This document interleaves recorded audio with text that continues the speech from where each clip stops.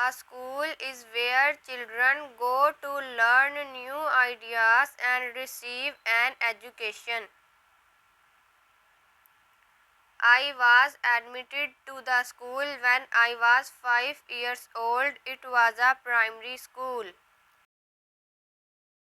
I woke up early on my first day of school and reached there with my parents.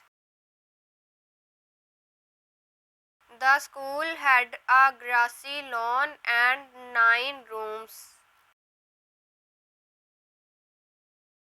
As I entered my classroom, I saw a few benches on which other children were sitting.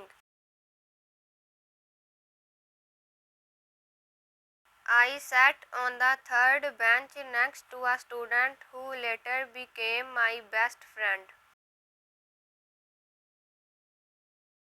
Our teacher was amiable and encouraging.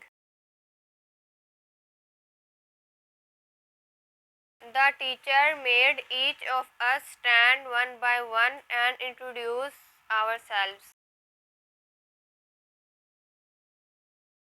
Then we all recited the alphabet and number names.